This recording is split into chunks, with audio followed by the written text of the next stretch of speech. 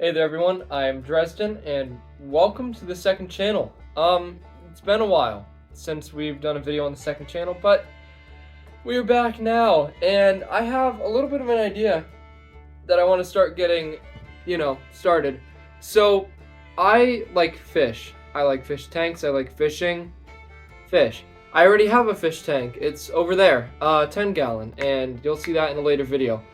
Maybe later in this one as well. But I want to get a fish tank that's completely, documented on YouTube. So, I bought this. You probably can't see what it is because of my ring light, but this is a Betta tank. It's a Marina Betta Easy Care Plus. I already have had a Betta in the past. It was years and years ago. But I saw this. I work at a pet store, and I saw this at the store that I work at, and I was like, hey, that would be fun. I can get a discount on that. So I bought it. That's not the only thing I bought though. I also bought this water conditioner. I do have water conditioner for my other tank, but this is this is more dilated to fit a smaller tank. So it's the same thing, just smaller. I have some food for the Betta fish, which I haven't had for a while. Betta pellets. And I have this heater. I'm gonna repurpose my old Betta fish heater. So I have it here. It's a heater for Betta fish. I don't know. And then I have these two plants. I wanted to put plants in it. I'm gonna try and keep a color palette. And since this has, if you can't tell, it's white. Comes with like white gravelly stuff. We're gonna go ahead and get some plants that they're kind of whitish, blackish, silver. I don't know. So this episode is going to be setting up the tank, and the next episode we will put the fish in. So this tank, let's go ahead and move everything off the table here. For this tank, pretty much, it has an interesting feature that I want to test. There's everything. It's a small tank. It's a 1.35 gallon tank. Pretty small, pretty little guy. Let's go ahead and do this. Now there's a feature of this where it automatically flushes out water. Also there's the rocks it comes with. I'm gonna need to rinse those off before I put them in there because they are a mess. So this comes in multiple parts, as you can tell. But there is one feature of this that I thought was fascinating, and that is the auto drain. It automatically drains the water out of it. And I thought that was pretty fancy because it doesn't have a filter. I was wondering how the filter works. Also, it comes with backsplashes. Alrighty, so we have it built here for the most part. Now all we need to do is add water and then put the lid on. The lid just sits on it like, if I twist this around, like this. You feed the Betta through that hole at the top there. Pretty interesting. But the feature of this that I thought was interesting is the draining feature. So pretty much full of water. When the water starts getting dirty and you want to do a water change, you lift this plunger. When it has more weight on it, I'm sure it'll move less. You lift this plunger up and the water flows out into this back reservoir. Then take the lid off, take this reservoir off, dump it out, and refill it. And then refill the tank, and it's clean. And it does have this floating ball here, so when it does clog up enough, does that.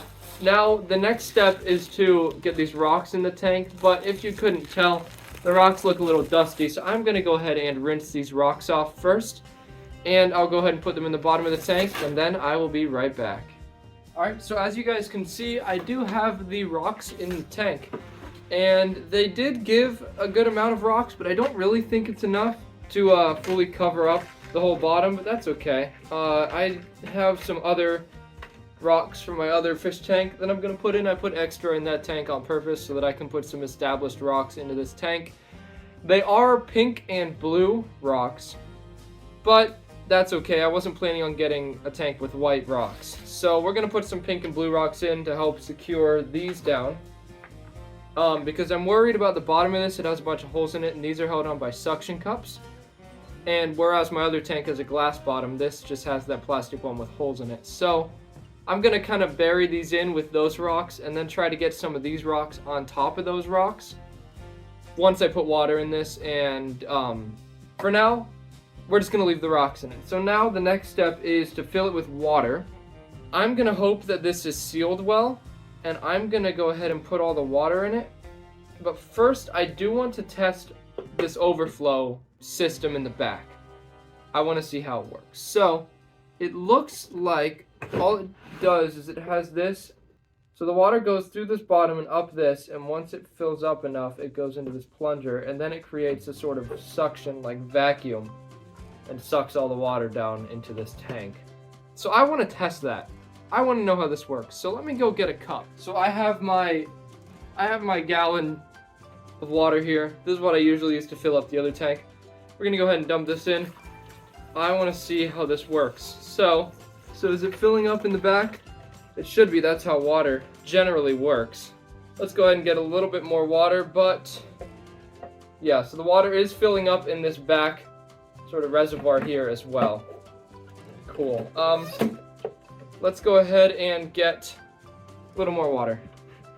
Alright, and I've got some more water here. This is hot water because I put cold water in it earlier, and I kind of want to balance it out to that. And it does look like the plunger is doing its job. It's stopping it from dripping. Alright, so let's go ahead and test the draining now. So we lift that up, and it's draining. And is that all it drains? So it only drains a little bit. That's fine though. Let's go ahead and see if we can get a little bit more out of there for our example here. Oh, I think I get it. So you continue to do it. You fill it up, drain, fill up, drain, every week or so, top it back off. And when this gets full, this little bead in the side here will float up to the top, and that lets you know that it's time to empty the reservoir. So it's a very minimal maintenance tank. That water is way too cold to put a fish in. Thankfully, I'm gonna let it sit for a few days, most likely, really acclimate. I'll probably at some point take a snail and put it in here, because I am gonna get a snail for this tank. It's gonna be probably a larger one, probably a mystery snail, just to put in this tank. But we're gonna go ahead and let it sit for a day, probably just like this. Then we're gonna go ahead and introduce our other gravel and the plants to kind of get it going and cycling. But now I'm gonna run this through a few more cycles of water, hot water, to really try and balance out the temperature best I can. Because I know that right now the water is definitely way too cold. And even though I know the heater is going to do its job well, I would still like it to be a good temperature. And I do want to test this. So let's go ahead and drain this again and see how this ball here works. Alright, so as you can see, the ball has lifted up. It is time to drain this. The ball does not give you a lot of leeway. You really gotta... Oh, there's writing on the side that I didn't read. Okay, so now this is full. It's actually so full that I'm going to spill it moving it. I need to see what that writing says on the side. Oh, I did spill it. That's good. At least it doesn't have chemicals in it. It's just water. Let's go ahead and drain this. So the line on the side of that does say quart max, which is where you can fill it to the maximum, which makes sense, and I probably should have read that. But that's okay. We're going to go ahead and do a few more cycles, and then I'll be back with you. Alright, so I have done a few more cycles, and I've cleaned up my mess. And I think we're ready here. So I have the water here. It's feeling pretty room temperature, maybe a little colder, but I do have some more warm water here to add. And again, I have the heater, so that's not really too big of an issue. Last thing I'm going to do is put in the chemical. Now this is Aqueon Betta Bowl Plus water conditioner. And it does require 5 milliliters per gallon. This is a 5.35 gallon tank. We're going to put a tiny bit over 5 milliliters into this, and I'm assuming it has a seal. Yes, it does. And we'll go ahead and dump that in to get it nice and incorporated. Now that will dechlorinate the water. That will also add some helpful bacteria for the fish, and as it calls it, trace elements. I'll let you decipher that cryptic message.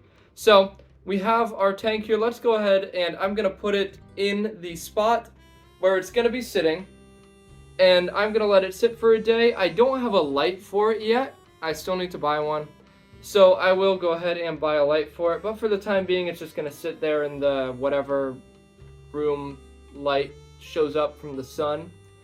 And it's just going to sit there for a day. So let's go ahead and get it over there, and I will see you guys tomorrow when I'm ready to add more elements.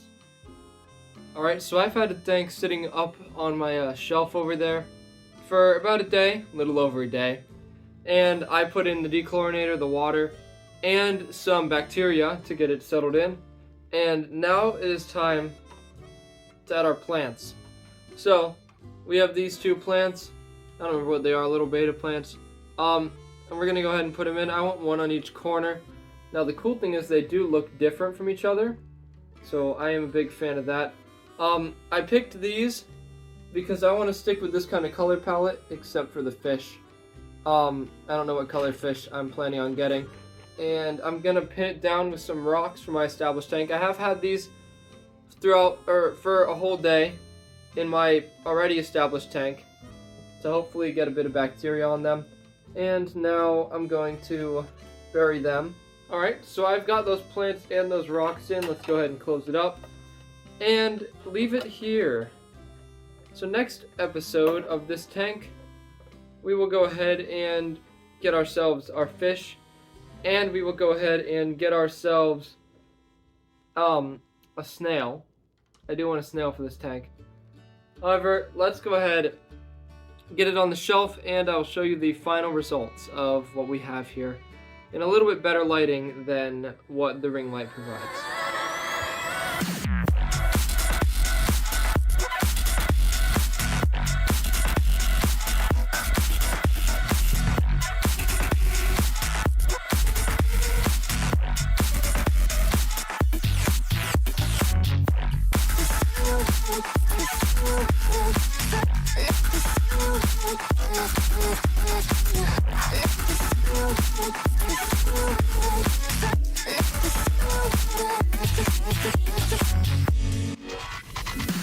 And here it is, our Betta tank, or Betta, depending on where you're from. People do say Betta. Now, there are a couple of modifications I need to make, the main one being a light. There's not a light. As you can see, I'm using a reading light to illuminate this tank for now. I have ordered a light that is specifically designed for this model of tank, and it will be arriving within the next week, so we will also install that in the next episode. Another modification is we have our Betta thing there, heater, and as you can see, it's got a cord, but this does not have a place for the cord to go, so I'm gonna need to make a incision into the lid to accommodate for that. But this is done, and it does look, it looks pretty okay. I don't mind it. I might flatten out some rocks as well before we add the fish. But I'm going to let it sit like this for a bit. Now, I've never had a tank without a filter before, and it doesn't have live plants in it, so I'm kind of intrigued to see how it goes. I think there's a hair in it, so that's great. Another thing that gets brought up with a tank of this size a lot is it humane to keep a betta fish in a tank this small? And the simple answer is yes and no. Betta fish are really known for living in small places. A lot of people say they live in puddles, which is partially true. They could. However, a tank that's this size is not that bad. It's a 1.35 gallon. The recommended size for a betta fish is a 5 gallon, which I have a 3 gallon upstairs that's also made for betta fish. But this tank won't be awful. Compared to my 10 gallon, here's my 10 gallon tank that I wasn't planning on showing you. I still need to clean off the glass from my last water change. Here's my 10 gallon tank. It would do good with a betta fish. It would, I mean, I could even get a female betta fish and just put it in here now, and it would be fine. The male would kill my other fish that are in here. But for this tank, it's not awful. And I am going to put a snail in it. It'll actually be a snail. It'll be a nurdle snail, kind of like that guy in the back there. It'll be a snail sort of like that will also be put in it next episode. But it won't be that bad. It won't be bad at all. So I hope you guys enjoyed the video. If you did, be sure to smash the like button, hit the red subscribe button, and the bell icon down below to get notified of when I upload. And look forward to seeing a fish. I, of course, will bring the camera when I pick it out, but I will let my girlfriend pick it out. We are going to be getting it tomorrow, as well as the snail. And the water will be conditioned and fine by then. I'm not really worried about testing it too much. It should be okay. So, I hope you guys enjoyed, and until next time, this has been Dresden with my brand new Betta fish tank. And goodbye.